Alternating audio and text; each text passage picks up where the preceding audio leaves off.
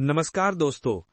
आज हम आपको एक ऐसे चिड़ियाघर की कहानी सुनाने जा रहे हैं जहां जानवर नहीं बल्कि उनके अंदर बसे भूत डरावने थे। मैं हूं अमित और मेरे साथ है मेरी सहयोगी अंजलि। नमस्कार दोस्तों, मैं अंजलि। क्या आपने कभी सोचा है कि जानवरों के अंदर भी भूत हो सकते हैं? आज हम आपको बताएंगे भूतिया चिड़ियाघर की वो कहानी जिसने पूरे शहर को दहला दिया था। ये कहानी शुरू होती है एक ऐसे समय से जब शहर के विकास के लिए जंगलों को काटा जा रहा था। जंगल में रहने वाले जानवरों को बचाने के लिए प्रशासन ने एक निर्णय लिया। हाँ, और वो निर्णय था एक पुराने खंडहर को चिड़ियाघर में बदलने का। काटे गए जंगलों से पकड़े गए सभी जानवरों को इसी चिड़ियाघर में रखा जाने लगा। लेकिन क्या आप जानते हैं, ये खंडहर कोई साधारण इमारत नहीं थी। बिल्कुल नहीं, ये खंडहर असल में भूतों का एक रहस्यमय ठिकाना था। कोने कोने में भटकती आत्माएं मौजूद थीं और अब इन्हीं आत्माओं ने शहर के लिए एक नया खतरा पैदा कर दिया था। जैसे ही जानवरों को वहां लाया गया, उनका व्यवहार अजीब होने लगा। वे पिंजरों में जोर जोर से चिल्लाते, दीवारों पर टकराते और किसी के पास आते ही हिंसक हो जाते थे। प्रशासन ने पशु चिकित्सकों को बुलाया, लेकिन कोई भी जानवरों के इस अजीब व्यवहार का कारण नहीं समझ पा रहा था। जानवरों के खून की जांच की गई, लेकिन कोई संक्रमण या बीमारी का पता नहीं चला। क्योंकि कोई भी ये कल्पना नहीं कर सकता था कि असली समस्या क्या है। जानवरों के अंदर भूत समा गए थे। भूत जिनका कोई आकार नहीं होता, वे किसी भी शरीर में जाकर उसी के अनुरूप बदल जाते हैं। आप सही कह रही हैं अंजलि। और अब ये भूत प्रेत जानवरों के शरीर में समाकर उनके माध्यम से अपना बदला लेना चाहते थे। प्रशासन ने जनता की सुरक्षा को देखते हुए चिड़ियाघर को आम लोगों के लिए खोलने के निर्णय पर रोक लगा दी। लेकिन ये तो सिर्फ शुरुआत थी। एक भयानक रात जब चारों ओर अंधेरा छाया था, सभी जानवर अचानक उग्र हो गए। भूतिया प्रभाव में आकर उन्होंने खंडहर की दीवारों को धक्का मारना शुरू कर दिया। और फिर वो हुआ जिसका किसी को अंदाजा भी नहीं था। खंडहर की कमजोर दीवारें गिर गईं और सारे जानवर आजाद हो गए। वे सीधे शहर की ओर भागने लगे। भयानक हाथी सड़क पर चलती गाड़ियों को कुचलते, शेर और चीते लोगों पर हमला करते, सांप अपना जहर फैलाते। पूरे शहर में भगदड़ मच गई। सड़कों पर खून की नदियां बहने लगी। प्रशासन पूरी तरह से हैरान था। उन्होंने तुरंत शहर में कर्फ्यू लगा दिया, लेकिन इन भूत प्रभावित जानवरों को कैसे रोका जाए, ये कोई नहीं जानता था।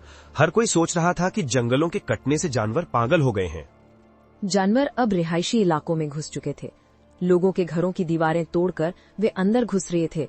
कोई पहाड़ों पर भाग रहा था तो कोई पेड़ों पर चढ़ रहा था। सरकार ने आखिरकार एक कड़ा फैसला लिया। इंसानों की जान बचाने के लिए जानवरों को मारने का आदेश जारी कर दिया गया। हेलीकॉप्टरों से सेना ने इन जानवरों को निशाना बनाना शुरू किया। लेकिन अमित, यहाँ एक मजेदार मोड़ आता है। क्योंकि इन जानवरों के अंदर भूत थे, वे अब बेखौफ थे। मौत का डर उन्हें नहीं था। हाथी अपनी जोरदार टक्कर से सेना के टैंकों की भी धज्जियां उड़ा रहे थे।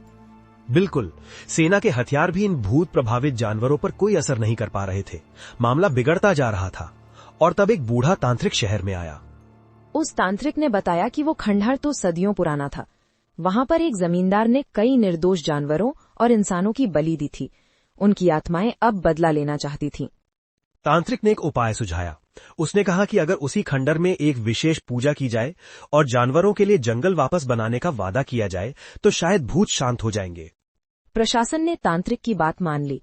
खंडहर में एक बड़ी पूजा का आयोजन किया गया और साथ ही उन्होंने एक नया वन्य अभयारण्य बनाने की घोषणा की। धीरे धीरे जैसे जैसे पूजा चल रही थी, जानवरों का व्यवहार बदलने लगा। वे शांत होने लगे और आक्रमण बंद कर दिया। भूत उन जानवरों के शरीर से निकलकर आकाश में विलीन हो गए। बचे हुए जानवरों को सुरक्षित पकड़कर नए अभयारण्य में छोड़ दिया गया।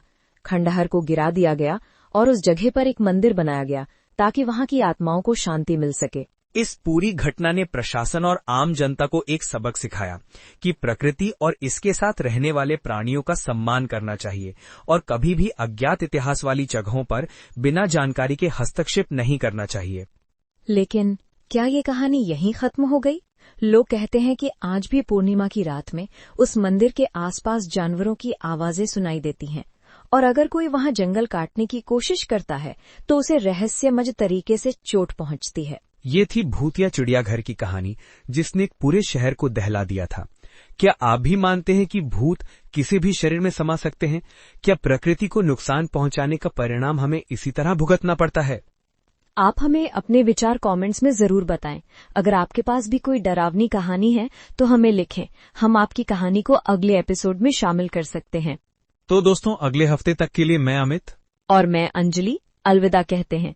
याद रखिए, भूत हैं या नहीं, प्रकृति का सम्मान जरूरी है। शुभ रात्रि।